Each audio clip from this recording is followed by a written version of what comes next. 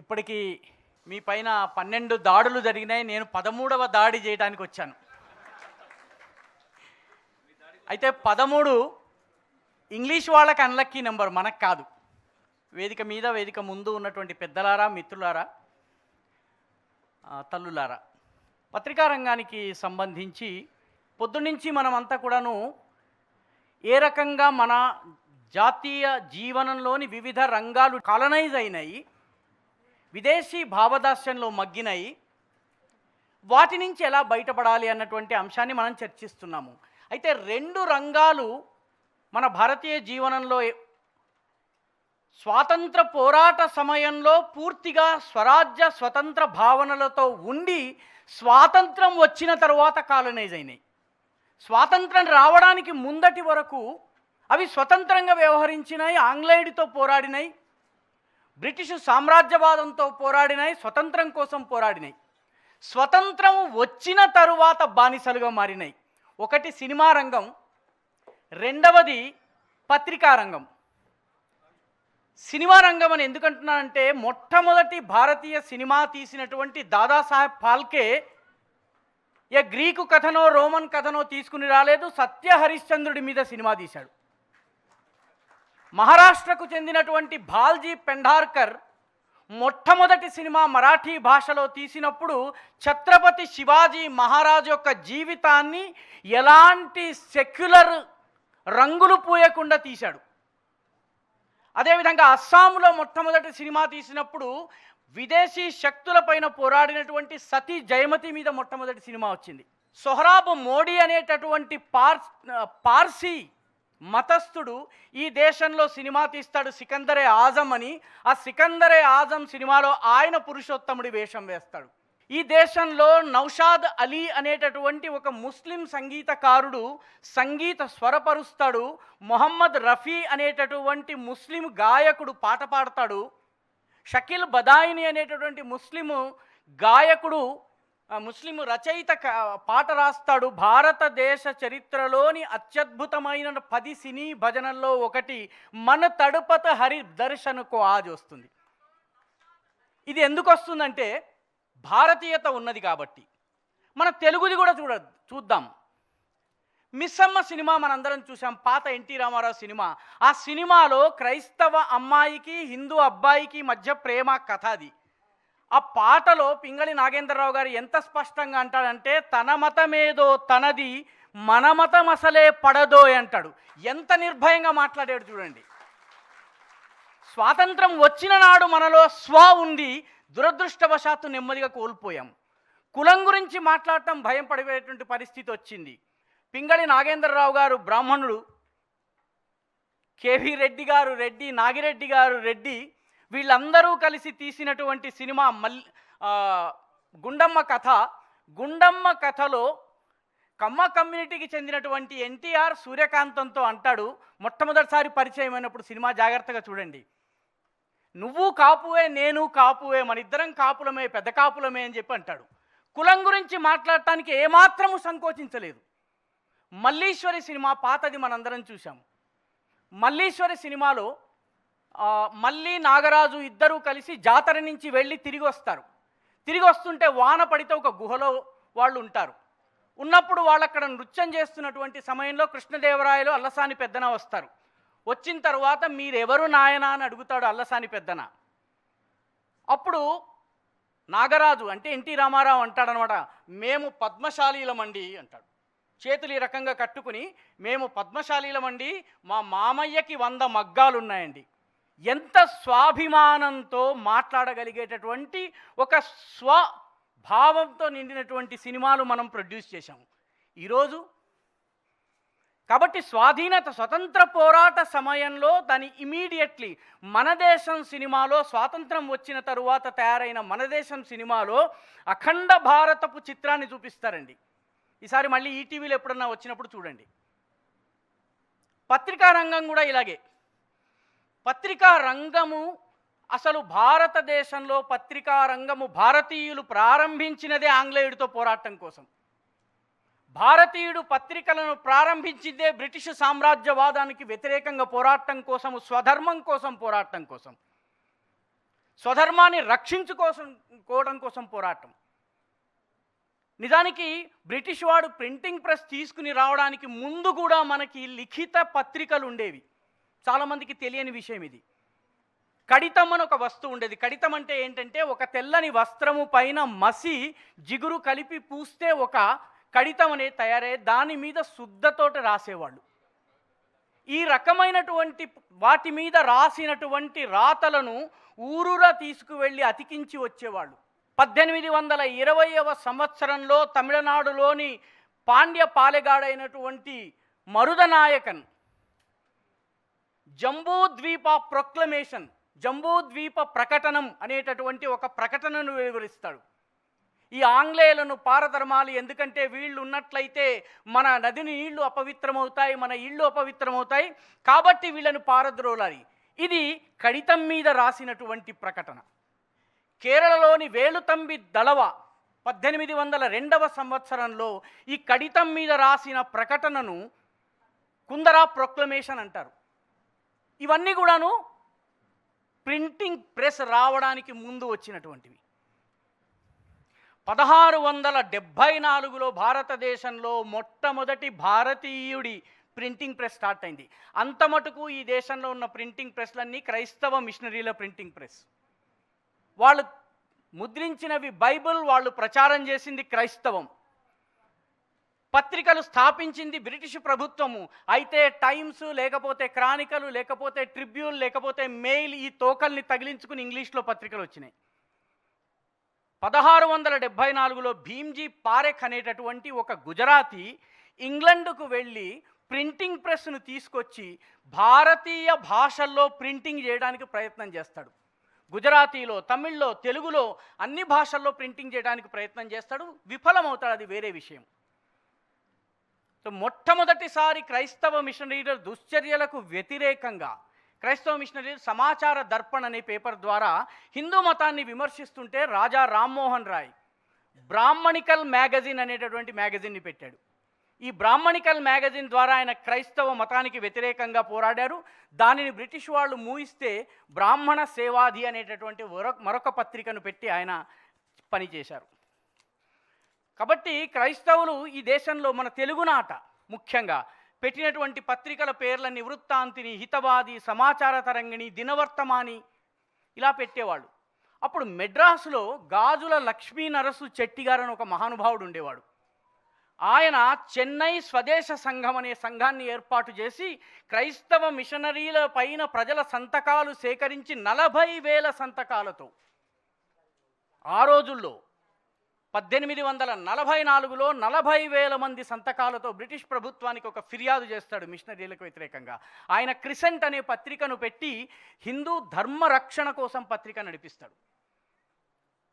ఆంగ్లేయుల పాలనా కాలంలో పెట్టినటువంటి పత్రికల పేర్లు చదువుతాను. శ్రీ యక్షిణి, సుజనరంజిని, తత్వబోధిని, స్వదేశ జన ప్రసిద్ధాభిప్రాయిని, పురుషార్థ ప్రదాయిని, స్వధర్మ ప్రకాశిని, వివేకవర్ధిని, భారతి, స్వదేశీ, హిందూ జన సంస్కారిణి, దేశాభిమాని, శారద, సరస్వతి, సత్య సంవర్ధిని, ధర్మవర్ధిని, దేశోపకారి, శ్రీభారతి. ఈ శ్రీభారతి పత్రిక గురించి ఒక్క వాక్యం చెప్పాలి. తెలుగువారికి రామకోటిని అలవాటు చేసినటువంటి వావిలికొలను సుబ్బారావు గారు, ఒంటిమిట్ట దేవాలయానికి పూర్వ ప్రఖ్యాతిని తీసుకొచ్చినటువంటి మహానుభావుడు శ్రీ వాసుదాసు అన్న పేరుతో ఆయన ప్రఖ్యాతి చెందారు. ఆయన ఈ శ్రీభారతి పత్రికను నడిపించారు, స్వరాజ్య పత్రికను నడిపించారు. స్వాతంత్రం కోసం పోరాడిన ప్రతి వ్యక్తి, ఆంధ్రకేసరి నుంచి ఆరంభిస్తే మద్దూరి అన్నపూర్ణయ్య దాకా, మోహన్ దాస్ కరమ్చంద్ గాంధీ నుంచి మొదలు పెడితే జవహర్లాల్ నెహ్రూ దాకా స్వాతంత్రం కోసం పత్రికల్ని పెట్టారు. మీకు ఆశ్చర్యం కలుగుతుంది, హిందూ ధర్మాన్ని కాపాడడం కోసము వందలాది పత్రికలు ఒక్క తెలుగునాట పుట్టుకొచ్చాయి. నేను మొత్తం దేశం గురించి మీకు చెప్పడం లేదు. 1917లో ఆంధ్ర బజారు అనే పత్రిక కాకినాడలో ప్రచురితమైందండి. ఆంధ్ర బజార్ ఏంటంటే భారతీయ బిజినెస్ని ప్రమోట్ చేయడం. స్వదేశీ జాగరణ మంచి ఈరోజు చేస్తున్న పనిని 1917లో ఆంధ్ర బజారు చేసింది. ఆంధ్ర బజారు యొక్క స్లోగన్ ఏంటి? లార్జెస్ట్ సర్క్యులేటెడ్ వీక్లీ అని రాసుకుంటాం కదండి. అటువంటి ధ్యేయవాక్యం ఏంటంటే, మన ఐశ్వర్యమును ప్రకటించు పత్రిక, ద వెల్త్ ఆఫ్ ఇండియా, దానిని చూపించేటటువంటి పత్రిక అని చెప్పడం జరిగింది. 1928లో రైతాంగము అనే పత్రిక వచ్చింది. రాజమండ్రి నుంచి, వింజమూరు నుంచి, నల్లగొండ నుంచి, మన మానుకొండ, వరంగల్ నుంచి పత్రికలు వచ్చినాయి, చిన్న చిన్న ఊర్ల నుంచి. అంటే కుటీర పరిశ్రమల్లాగా పత్రికల్ని తీసుకొచ్చి మన వాళ్ళు స్వాతంత్ర పోరాటాన్ని చేశారు. స్వాతంత్రానంతరము పరిస్థితి మారింది. స్వాతంత్రం వచ్చిన తరువాత స్వతంత్రము వెలగాల్సినటువంటి సమయంలో మనము నెమ్మదిగా విదేశీ భావజాలం వైపు పత్రికా రంగం వెళ్ళడం అనేది ఈ దేశపు దురదృష్టం. మిగతా అన్ని రంగాల్లో మొదటి నుంచి విదేశీ భావదాస్యం ఉంది, వాటిని తొలగించుకోవడానికి ప్రయత్నిస్తున్నాము. ఇక్కడ దురదృష్టవశాత్తు హోమంలో, యజ్ఞంలో పవిత్రమైన ఆహుతికి ప్రతీకగా మనం వాడే స్వాహ నిధులు స్వాహా చేయడానికి రాయడానికి మొదలుపెట్టాం. అత్యంత పవిత్రమైన తీర్థక్షేత్రము కుంభకోణం అనేది స్కామ్కి పర్యాయ పదంగా వాడటం మొదలుపెట్టాం. ఎవరైనా నెత్తి మీద దేవుని పట్ల సమర్పణకు ప్రతీకగా వాడేటటువంటి పదము శఠగోపాన్ని మనము మోసం చేయడానికి పెట్టాం. ఈ రకంగా జాబితా గనక తెలుగు భాషలో తీస్తే మీకు ఒక 64 నుంచి 70 పదాలు. నైవేద్యము, భోక్తలు భోంచేశారు, కైంకర్యం చేశారు, నిధులు కైంకర్యం చేశాము. కింకర భావంతో, దాసభావంతో దేవుణ్ణి పొగడవలసినటువంటిది స్వాహ. సో ఇది స్వతంత్రము వచ్చిన తర్వాత ఈ దాస్యం అనేది మనలో పెరిగింది, భావదాస్యం అనేది పెరిగింది. విదేశీ ఆలోచన విధానాలు అత్యంత ఆకర్షణీయంగా కనిపించిన కారణంగా మనం నెమ్మదిగా వాటిని స్వీకరించడం మొదలుపెట్టాం. దీని కారణంగా నెమ్మదిగా పత్రికల భాష మారింది, పదాల అభివ్యక్తి మారింది, అర్థాలకు అక్వైర్డ్ మీనింగ్స్ వచ్చినాయి. రాష్ట్రీయ స్వయం సేవక సంఘ్ అన్న పదం వాడము, దానికి ముందు హిందూ మతోన్మాద అనేటటువంటి విశేషణాన్ని జోడిస్తాం. భారతీయ జనతా పార్టీ అన్నటువంటి పదం గురించి మాట్లాడడం మనము, దానికి ముందు హిందూ నేషనలిస్ట్ అనే పదాన్ని జోడించాలి. ఎందుకంటే నేషనలిస్ట్ అంటే యూరోప్లో నాజీలు గుర్తుకొస్తారు కాబట్టి, అక్కడెక్కడో యూరోప్లో వాడెవడో హిట్లర్ వచ్చాడు కాబట్టి వాడు నేషనల్ సోషలిస్టు పదం అని మర్చిపోయారు. కేవలం నేషనలిస్ట్ అన్న పదాన్ని మాత్రము మనకి ఆపాదించే ప్రయత్నం జరుగుతుంది. అంటే సైద్ధాంతికంగా చిన్న పదాలతోటి మన ఆలోచనల్ని మార్చేస్తున్నారు. ఈరోజు ఈ దేశంలో ఉన్నటువంటి మెజారిటీ తన హక్కుల గురించి మాట్లాడితే మెజారిటేరియనిజం, హిందూ సుప్రీమసిజం, ఇటువంటి పదాలని తీసుకుని రావడం మొదలైంది. మన పత్రికా రంగంలో ఈ రకమైనటువంటి పదజాలం వచ్చింది. సినిమా రంగంలో కూడా వచ్చింది. అయితే నా చర్చా విషయం సినిమా రంగం కాదు. ఆ మధ్య ఒక సినిమా చూశాను. ఆ సినిమాలో చిరంజీవిని లాఠీలతో కొడుతూ ఉంటారు. లాఠీలతో కొడుతూ ఉండగానే రెండో లాఠీ దెబ్బ పడగానే ఇద్దరు వ్యక్తులు నెత్తిన టోపీ పెట్టుకుంటారు, ఒక తువాచి పరిచేస్తారు, అల్లాహు అక్బర్ అని నమాజ్ చేయటం మొదలు పెడతారు. చిరంజీవి దెబ్బలు తినడానికి దీనికి సంబంధం ఏమిటి? సో ఈ రకమైనటువంటి వికృతి పత్రికా రంగంలోనూ సినిమా రంగంలోనూ స్వతంత్రం తరువాత రావడం అనేది ఒక దురదృష్టం. మన భారతదేశపు మీడియా యొక్క దురదృష్టం ఏంటంటే, ఇది విదేశీ ఆలోచనలకే కాదు, విదేశీ పత్రికలకు, విదేశీ వార్తా సంస్థలకు బానిస. ఇటీవల 6 నెలల క్రితము ఢిల్లీలో ఉండేటువంటి Indian institute of mass communication 3000 పత్రికలు, వాషింగ్టన్ టైమ్స్, న్యూయార్క్ టైమ్స్లో వచ్చినటువంటి 3000 వార్తలను అనలైజ్ చేసి వాళ్ళు తీసుకొచ్చి వాళ్ళు వాడేటటువంటి పదజాలం గురించి చెప్తున్నారన్నమాట. ఏ రకమైనటువంటి వికృత పదజాలాన్ని వాడారు. భారతదేశం గురించి చెప్పేటప్పుడు వ్యాక్సిన్ ట్రీట్మెంట్ విషయంలో ఇక్కడ 10 మంది చనిపోయినట్లయితే దాన్ని 100,000 1000గా ఏ రకంగా చేశారు. ఈ రకమైన మొత్తము బయస్ని తీసుకుని వచ్చి వాళ్ళు అధ్యయనం చేశారు. ఈ రకమైన అధ్యయనము మొట్టమొదటిసారి మన దేశంలో జరిగింది. మన దేశంలో దురదృష్టవశాత్తు ఇంతవరకు ఈ రకమైనటువంటి అధ్యయనం జరగలేదు. 3000 ఆర్టికల్స్ చదివినట్లయితే అందులో 500 ఆర్టికల్స్లోనే 30% కన్నా తక్కువ బయస్ అంటే పక్షపాతం ఉంది. 2500 ఆర్టికల్స్లో పక్షపాతం ఉందని చెప్పి ఈ అధ్యయనం తేల్చింది. మన దేశంలో ఉండేటటువంటి ఇంగ్లీషు జర్నలిస్టులు వాషింగ్టన్ పోస్ట్లో, న్యూయార్క్ టైమ్స్లో ఏదొస్తుందో అది వీళ్ళకి బైబుల్, వేదం. కాబట్టి దానిని వీళ్ళు అనువాదం చేసి వాడు మెజారిటేరియనిజం అని రాస్తే వీడు మెజారిటేరియనిజం అని రాస్తాడు. వాడు హిందూ సుప్రిమసిస్ట్ అంటే వీడు హిందూ సుప్రిమసిస్ట్ అని రాస్తాడు. వాడు డిస్క్రిమినేషన్ అంటే వీడు డిస్క్రిమినేషన్ గురించి రాస్తాడు. దానిని తెలుగు లాంటి భాషా పత్రికలు అనువాదం చేసుకుంటాయి. మిత్రులారా, పత్రికా రంగంలో పనిచేసే మిత్రులు ఉన్నట్టయితే చెప్పగలరు, మాకు వచ్చే విదేశ వార్తలన్నీ కూడాను 4 అంటే 4 సోర్సెస్ నుంచి వస్తాయి. ఎందుకంటే ఈ దేశంలో ఒక హిందూ పత్రికను మినహాయిస్తే మిగతా పత్రికలన్నీ కూడా విదేశాల్లో తమ కరెస్పాండెంట్లను పెట్టుకోలేదు. వీళ్ళు వైర్ కాపీస్ వాడతారు. వైర్ అంటే ఏంటంటే పీటీఐ, యుఎన్ఐ మనకి ఏ రకంగా ఉన్నాయి, అలాగే రాయిటర్స్, అలయన్స్ ఫ్రాన్స్వా, AP associated press and united press international అనే 4 సంస్థల నుంచి వాడతారు. ఈ 4 సంస్థల్లో ఒకటి ఫ్రాన్స్ నుంచి వస్తుంది, 2 అమెరికా నుంచి వస్తాయి, 1 బ్రిటన్ నుంచి వస్తుంది. పాశ్చాత్య సామ్రాజ్యవాద ప్రయోజనాలను కాపాడేటటువంటి వార్తలను వాళ్ళు వండి వారుస్తారు. ఇండియన్ మీడియా వాటిని మక్కి కాపీ కొట్టి మన దేశపు దృక్పథం ఏంటన్నది ఆలోచించకుండా వార్తల్ని వడ్డించేస్తుంది. వాడు వండి వారుస్తాడు, వీడు వడ్డించేస్తాడు. ఈరోజు యుక్రెయిన్ రష్యా యుద్ధం జరుగుతుంటే ఏది వాస్తవము అన్నది చెప్పేది మనకి 4 సంస్థలు మాత్రమే. యూపీఐ, ఏపీ అండ్ రాయిటర్స్, ఆ తర్వాత అలయన్స్ ఫ్రాన్స్వా అనేది వేరే సంస్థ. ఇది ఎందుకు చెప్తున్నానంటే, ఈ దేశంలో మీరు విదేశ వార్తల పేజీ గనక ఓపెన్ చేస్తే మీకు వచ్చేటటువంటి వార్త సామ్రాజ్యవాద శక్తి తయారు చేసిన వార్త. ఆ వార్త వద్దు అంటే మీకు ఇంకొక ఏజెన్సీ ఉంది. ఆ ఏజెన్సీ పేరు సిజిటిఎన్. సిజిటిఎన్ అంటే China global television network. CGTN China అనుకూల వార్తల్ని మీకు అందజేస్తుంది. భారతదేశానికి చెందినటువంటి విలేకరులకు చైనాలో ట్రైనింగ్ ప్రోగ్రాం కింద తీసుకెళ్ళి 6 నెలల పాటు ఉంచి వాళ్ళకి అక్కడ చైనా గురించి ఎలా రాయాలో నేర్పిస్తుంది. నేపాల్లో ఇది ఏ స్థాయికి వచ్చిందంటే, నేపాల్ ప్రయోజనాలను కాపాడేందుకు ఒక జర్నలిస్టు వార్త రాస్తే చైనాకి వెళ్ళొచ్చిన జర్నలిస్టులు అందరూ కలిసి అతన్ని చితకబాదారు. కాబట్టి మీకు అయితే వెస్టర్న్ ఇంపీరియలిజం లేకపోతే చైనీస్ ఇంపీరియలిజం ఇచ్చేటటువంటి వార్తలే ఈరోజు పత్రికా రంగంలో వస్తున్నటువంటి విదేశ వార్తలు. కాబట్టి గమనించవలసిన విషయం ఏంటంటే, మీడియా ఈరోజు పూర్తిగా కాలనైజ్ అయ్యింది. ఈ కాలనైజ్ అయిన మీడియా నుంచి మనం ఏ రకంగా బయటపడాలి?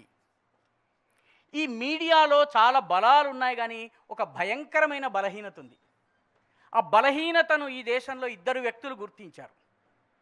మీడియా యొక్క బలహీనత ఏంటంటే, భారతదేశంలో అన్ని ప్రాంతీయ భాషలు, అన్ని రాష్ట్ర భాషలు, అన్ని ఇంగ్లీషుతో సహా అన్ని భాషల్లో అన్ని పత్రికలలో న్యూస్ మీడియా ఏదైతే ఉందో వాటి మొత్తము circulation is less than 80 lakh. ఒక కాపీ 4 వ్యక్తులు చదివినట్లయితే 2,40,00,000 మందికి మాత్రమే మీడియా రీచ్ అవుతుంది, ప్రింట్ మీడియా రీచ్ అవుతుంది. ఈ దేశ జనాభా 140 కోట్లలో 2.4 కోట్ల వరకు మాత్రమే ప్రింట్ మీడియా వెళ్తుంది. ఎలక్ట్రానిక్ మీడియాకి రీచ్ ఎక్కువ ఉంది, నో డౌట్. కానీ ఎలక్ట్రానిక్ మీడియాలో ఎంటర్టైన్మెంట్ కంటెంట్కి 90% విజిబిలిటీ ఉన్నట్టయితే, వ్యూవర్షిప్ ఉన్నట్టయితే, న్యూస్కి 10% కన్నా తక్కువ ఉంది. కాబట్టి పొలిటికల్ న్యూస్ కానివ్వండి, ఎజెండా సెట్ చేసేటటువంటి రాజకీయ వార్తలు కానివ్వండి, లేకపోతే సామ్రాజ్యవాదపు మద్దతుదారు వార్తలు ఏవైతే ఉన్నాయో ఇవి ఈ దేశంలో చాలా తక్కువ మంది దగ్గరికి వెళ్తాయి. వాళ్ళకి ఎంత బలముందని మనము భావిస్తున్నామో అంత బలము వాళ్ళకి లేదు. ఈ విషయాన్ని అందరికన్నా ముందు గుర్తించినటువంటి వ్యక్తి కాన్షీరామ్. ఒకసారి ఒక పత్రికా విలేకరుల సమావేశంలో విలేకరిని లాగి లెంపకాయ కొట్టాడు. కొట్టిన తర్వాత విలేకరులు మేము బాయ్కాట్ చేస్తామన్నారు. కాన్షీరామ్ అన్నాడు, మీరు బాయ్కాట్ చేసుకోండి, నాకేం భయం లేదు. నా ఓటర్లు ఇంగ్లీషు పత్రికలు, హిందీ పత్రికలు చదవరు. నా ఓటర్లు చెప్పులు కుట్టుకునేవాళ్ళు, పాకీ వాళ్ళు. నా ఓటర్లకు మీ పత్రికలు అవసరం లేదు, పొమ్మన్నాడు. ఆ తరువాత జరిగిన ఉత్తరప్రదేశ్ ఎలక్షన్లో మాయావతి ముఖ్యమంత్రి అయింది. 2వ వ్యక్తి దీని యొక్క గొప్పతనాన్ని, దీని యొక్క పరిమితుల్ని గుర్తించారు. ఆయన పేరు మనలో చాలామందికి తెలియదు. కుప్పహళ్ళి సీతారామయ్య సుదర్శన్.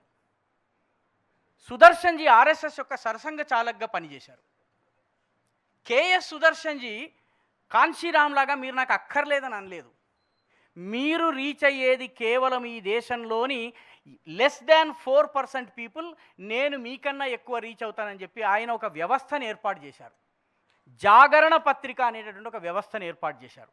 నెలకొక పత్రిక వస్తుంది, జాతీయవాదానికి సంబంధించినటువంటి వార్తలు వస్తాయి, ఊర్లో ఉన్నటువంటి సర్పంచులకు, లైబ్రరీలకు, లేకపోతే ప్రభావితం చేసే వ్యక్తులకు పంచమని చెప్పారు. ఇవి 2.5 లక్షల గ్రామాలకు వెళ్ళినాయి. 2.5 లక్షల గ్రామాలలో రచ్చబండ మీద కూర్చుని చదవడం మొదలుపెట్టారు. మీడియా వాళ్ళు రాసిన వార్తల యొక్క వాస్తవం ఏమిటో గ్రామాల్లో కూర్చున్నటువంటి పల్లెటూరి రైతు చెప్పేయడం ప్రారంభించాడు. ఇది ఒక మహావిప్లవం. ఎందుకంటే మీడియాకి పరిమితి ఇప్పటి నుంచే కాదు, మొదటి నుంచి కూడా ఉంది. ఇరాన్లో రజా షా పహ్లవి అనేటటువంటి ఒక నియంత పరిపాలించేవాడు. ఈ నియంత ఆధునికత తీసుకొచ్చాడు, కానీ చాలా నియంతృత్వంతో అతను పరిపాలించేటప్పుడు ఇరాన్లో ఉండే అన్ని పత్రికలను ఆయన తన గుప్పెట్లో పెట్టుకున్నాడు, సెన్సార్షిప్ విధించాడు. ఆయన ఏమనుకున్నాడంటే దేశమంతా కూడా నా మాటే వింటుంది, నేనేం చెప్తే అది ప్రజలకు నేను చెప్పిన వార్త మాత్రమే వెళ్తుంది అనుకున్నాడు. అప్పుడు ఏం జరిగిందంటే అక్కడెక్కడో ఫ్రాన్స్లో ఒక ముసలాయన కూర్చున్నాడు. ఆ ముసలాయన ఒక చిన్న చిట్టి మీద ఒక రాత రాసి పంపేవాడు. ఫ్రాన్స్ నుంచి ఒక ఆయన ఇరాన్కి వచ్చి ఇరాన్లో ఒక వ్యక్తికి ఆ చిట్టి ఇచ్చి వెళ్ళేవాడు. చిట్టీలో చూసినది నెమ్మదిగా 4-5 రోజుల్లో దేశంలో ఉన్నటువంటి 1,00,000 మందికి చేరేది. ఈ 1,00,000 మంది శుక్రవారం రాగానే మసీదులో అక్కడెక్కడో ఫ్రాన్స్లో కూర్చున్నటువంటి వ్యక్తి ఇచ్చినటువంటి పాయింట్ మీద బౌద్ధికిచ్చేవాడు, స్పీచ్ ఇచ్చేవాడు, తక్రీర్ చేసేవాడు. ఆ వ్యక్తి పేరు అయతుల్లా ఖొమేనీ. పత్రికలన్నీ అయిపోతుంది, 2 నిమిషాల్లో మూసేస్తాను, చివరి పాయింట్కి వచ్చేసాను. పత్రికలన్నీ కూడాను రాజు కంట్రోల్లో ఉన్నాయి, కానీ దేశంలో ఉన్నటువంటి 1,50,000కు పైగా మసీదుల నెట్వర్క్ ద్వారా అయతుల్లా ఖొమేనీ ప్రజలు ఏం ఆలోచించాలి, ప్రజలు ఏ విషయంలో చర్చించాలి, ప్రజలు ఎలా ఆలోచించాలో అతను మైండ్ నియంత్రణ చేయగలిగాడు.